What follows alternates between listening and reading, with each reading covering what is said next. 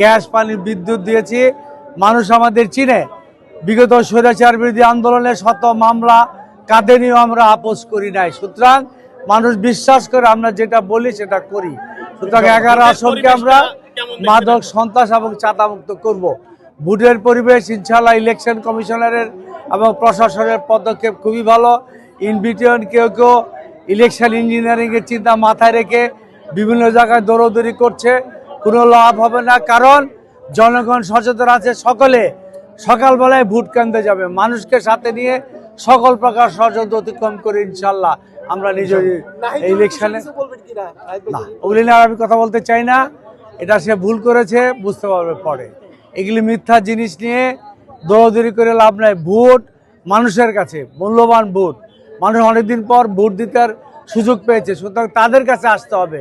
Court কাচারি ওইসব জায়গায় দৌড়াতে লাভ না। আর এগুলি একটা মিথ্যাচার, আমি তো আগেই বলেছি। ধন্যবাদ।